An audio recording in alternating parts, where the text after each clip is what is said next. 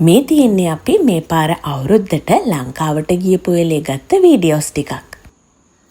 අත්තම්මට ඕනි උනේ එයාගේ මිනිබිරියෝ 3 දෙනාටම එක වගේ ලස්සන ඇඳුම් තුනක් අවුරුද්දට හදලා දෙන්න.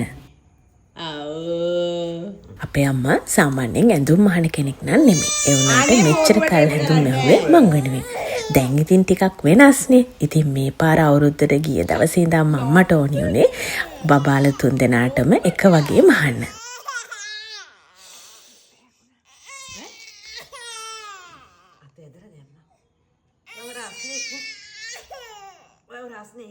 ඒක තමයි මාත් ඇහුවේ.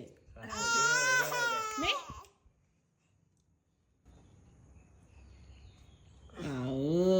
ලස්සන රෙද්දයි හැට්ටේ ඇඳගෙන පුංචි නැටුමකුත් නටලා පෙන්නනවා.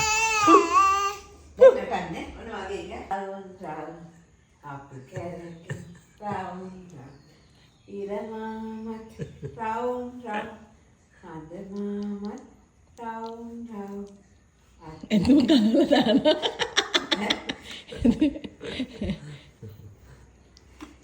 හිමි ගරගෙන ඉස්සරහට කොට උන. ගහන කොටද? ඔයා කොහෙද යන්නේ? අන්නෝයිද. තවෙන්දුනෝනේද? ගන්න. කොහොම හරි අවුරුද්දට කලින් දවසේ වෙනකොට අම්මා බබාලා 3 දෙනාගෙම ඇඳුම් 3 මහලා ඉවර කළා.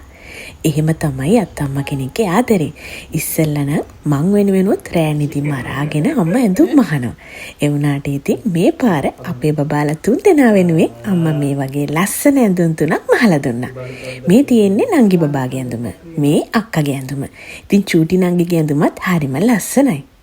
මේ අවුරුදු දවසේ අපි හැමෝම